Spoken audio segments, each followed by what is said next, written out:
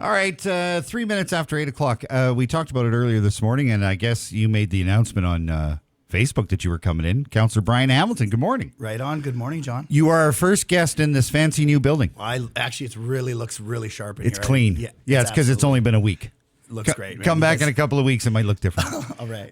Thanks for taking the time to come in this morning. You've been very busy. Last week, you had some great posts and some great stories from the Roma conference that you were at. Lots of learning there when you're in a group of a lot of people that are fairly influential and that you can actually make a difference with. For sure. You are also the chair of DSAP. Yeah. So that all came together quite nicely. Tell us about that experience down there. Well, the fun thing about Roma is that you're really connecting with mayors, councillors, city managers from across the province. So you really get that 40,000-foot view. Yeah.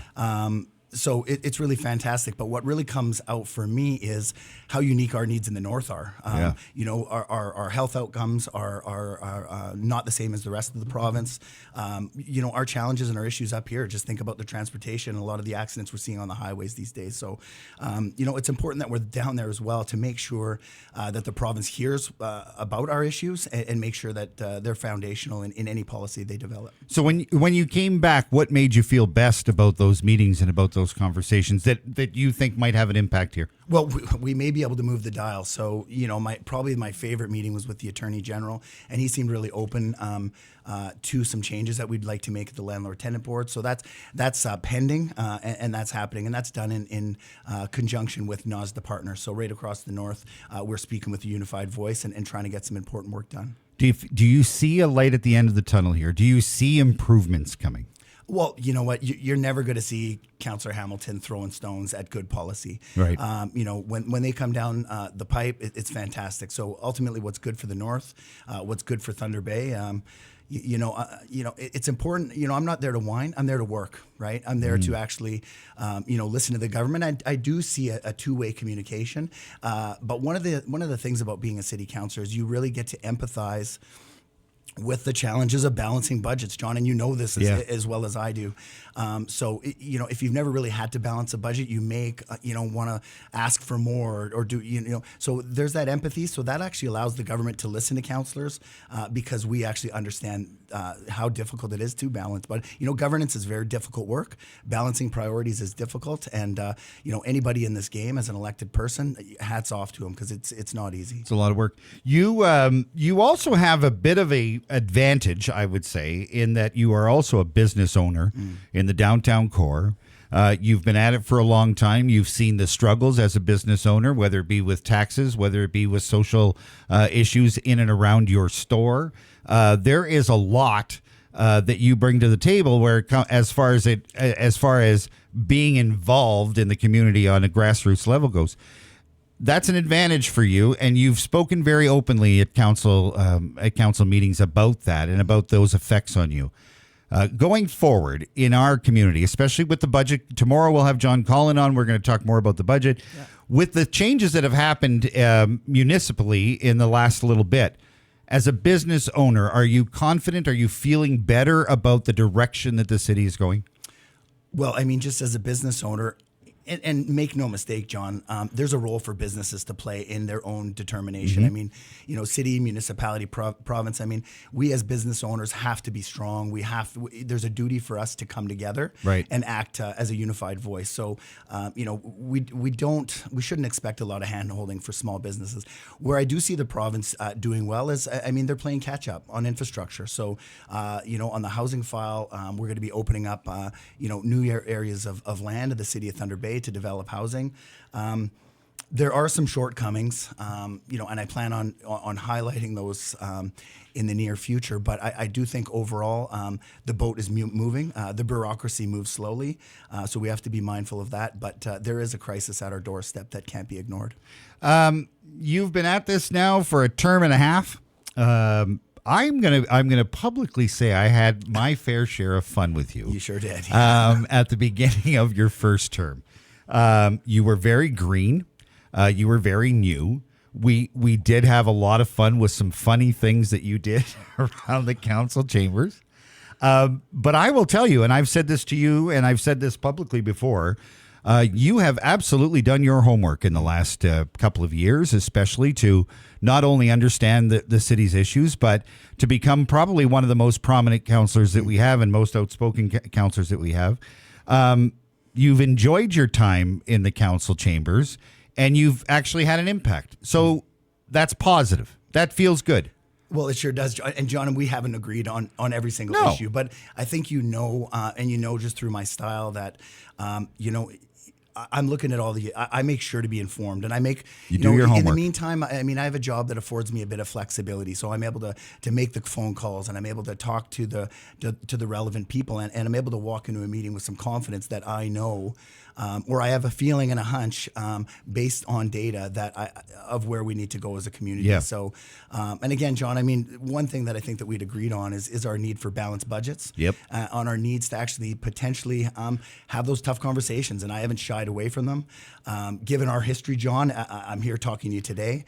I believe in being challenged, and I think that's important to growth. Mm-hmm. And it's something that I've never challenged. I'm the first.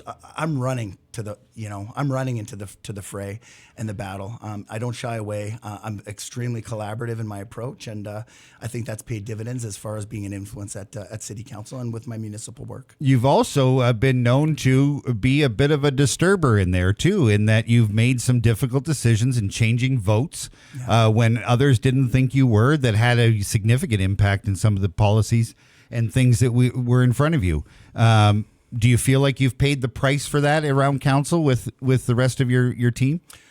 Well, John, the reason why I'm here today and why I'm happy to sit with you is I think you've been there from my very first day on the job. Yeah. I think, and my attendance has been stellar. And I'm not saying no, good it things has about been. myself. Absolutely. But so has yours. and I think to some degree, you got to shout out the fact that the two of us are engaged. I think bar maybe the clerk and maybe one or two other councillors, I don't think anybody has followed my path through politics, through community building, like you have. So I mean, you've been watching, and you see me toil and be frustrated. You see me struggle with issues, and you've watched me grow. Yeah, and that's why I'm here today to. It's a big deal why you're here today. Let's talk about that because I think we should get to it. As a councillor for the last 6 years or so, you're here to talk about a fairly significant change of plans. Yeah, well. And listen, John, firstly, let me just say that I love my municipal work. Ward councillors sometimes get, oh, you're a pothole or this or that. I've taken it to the next level. Yeah. I mean, some of the portfolios that I've taken on are really foundational to us as a community. But I enjoy the work. I enjoy the phone calls. I enjoy talking to just everyday, average, regular people. It's what I do. It's what I do at my business. It's what I've done for decades. I still do community cleanups, and I still engage with people at a grassroots level. And that's why I'm here, John, with you in the Lion's Den. Just to announce that I will be running in the next provincial election for Thunder Bay Superior North under the centrist Liberals. We're launching the campaign from this office. This is the first that we've announced. We've been working on this for the last couple of weeks. So happy to be here with you, John. I think it's an auspicious place to launch, looking out over the lake as we are right today. Yeah, I was surprised when you reached out and said that you were going to be running provincially. I was surprised because you do genuinely love what you do on the municipal side. For sure. This is a very big change, and a very big change for a fairly young councillor with only a term and a half. Where did the decision come from to want to get into the provincial ring? Well, John, Premier Ford has been talking about election for months, like long before the tariff fiasco. So we knew it was coming. I looked at it honestly several months ago, and I was like, this isn't really for me. And then a couple of things kind of set me off the edge. The biggest thing was, John, was probably the $200 rebate checks. And up here in the north, we're not a very rich district. That's meaningful to some people. But if this was another country and they sent out $200 checks during an election, we'd have a different word for that. So that was one of the things that a bit set me off. And, the people that are struggling with even finding a family doctor or struggling with issues around affordability, we could be significantly moving the dial on policies that the Ford government is moving forward that really just don't make sense for the North. I'd rather have less, work on the healthcare systems, building stronger foundational system in our education, and building better transportation systems than ultimately getting a small rebate.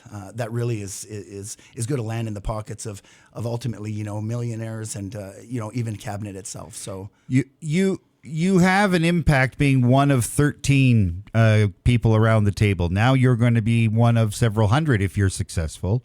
What kind of an impact do you think you can bring? The Liberals will be completely upfront, far behind in the polls as far as today goes. That could change as far as the election being at the end of February. That may turn around.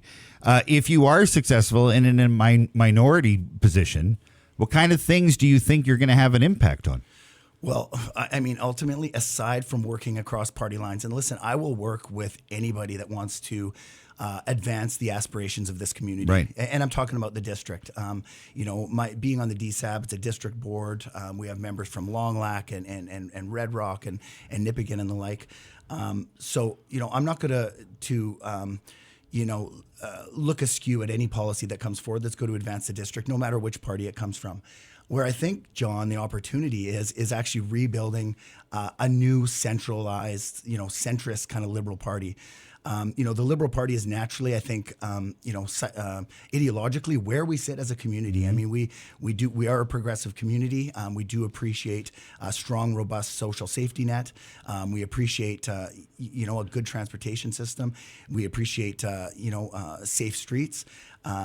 And that's where we want to go. Like ultimately, a lot of the moves that the province has made in the last bit, it shows, it's good on their books, John. Mm-hmm. But through the municipal lens, we are struggling. So even just on the mental health and addictions front, we see that a lot of those dollars that aren't being spent on housing and mental health and addictions are ultimately landing on our emergency services tab. So you and I are paying for that That's as a right. taxpayer, Yep. and it is becoming increasingly difficult to shoulder that tax burden. So provincial decisions have implication on your property tax. So that's why I'm making the decision, because just the current trajectory is just unsustainable, and there change has to happen. You are used to knocking on doors in a McKellar ward. You've got a lot more doors to knock on. Sure. What do you think about the regional part of this? You have a lot of communities that could be under your representation, and that is a very diverse group. Definitely. And it's also a huge geographical area too. Well, and the issues are different in every community. And in Long Lac, they are developing, and the Greenstone area, they're developing mines that are absolutely critical to the success not only of Greenstone but to Thunder Bay. They've got no housing for their workers. Right. So we need to balance that. We need skilled workforce to support them, but we need housing solutions there. Here in Thunder Bay,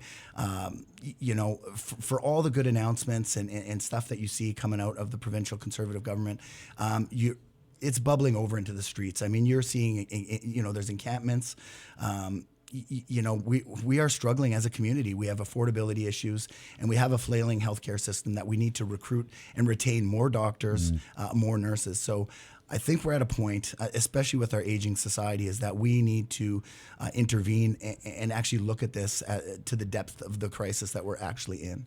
So you are with this announcement today, and you running. Doug Ford prepares to make the announcement of the election on Wednesday.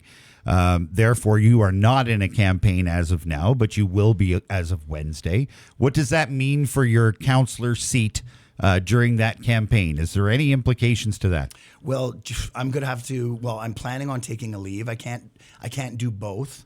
But one of the things that's really important too, a job of the councillor isn't just to go to meetings and to go to committee meetings. A job of a city councillor, ultimately, and this is my view, and I think this is your view too, based on some of your commentary, is to understand the critical needs of the community. So yes. I think that's a critical part of the job. So while I will leave the committee and the council duties, I'm going to be in the community. I'm going to have a profound sense of where we're at, as a community, emotionally, psychologically, spiritually. And, should I be unsuccessful in this bid to be the next Superior North MPP, I'm going to come back to council informed, engaged, and have a strong understanding of where we are and where we need to go and what the people desire and want and need to move forward. If you are successful, it leaves an empty seat and the opportunity for a by-election of some kind for that ward. Are you concerned about that? About what your constituents might feel about, I don't want to say abandoning them, but leaving them behind a little bit to move up. Yeah. There is an implication to that. There is a fallout from that. Are you concerned at all with how your constituents are going to feel with today's announcement? Well, I'm you know what, my style of the way I do city council and what I guess I would call leadership is I've always appreciated leaders that get their hands dirty, right? Yeah. So McKellar Ward, it's a downtown, it's an urban ward, businesses. I mean, we are struggling. There's no question about that. My hope is that that I'm able to set a bar that our councillors need to be engaged on the ground in the back alleys, assisting people where they're at and understanding the issues in a deep and profound way.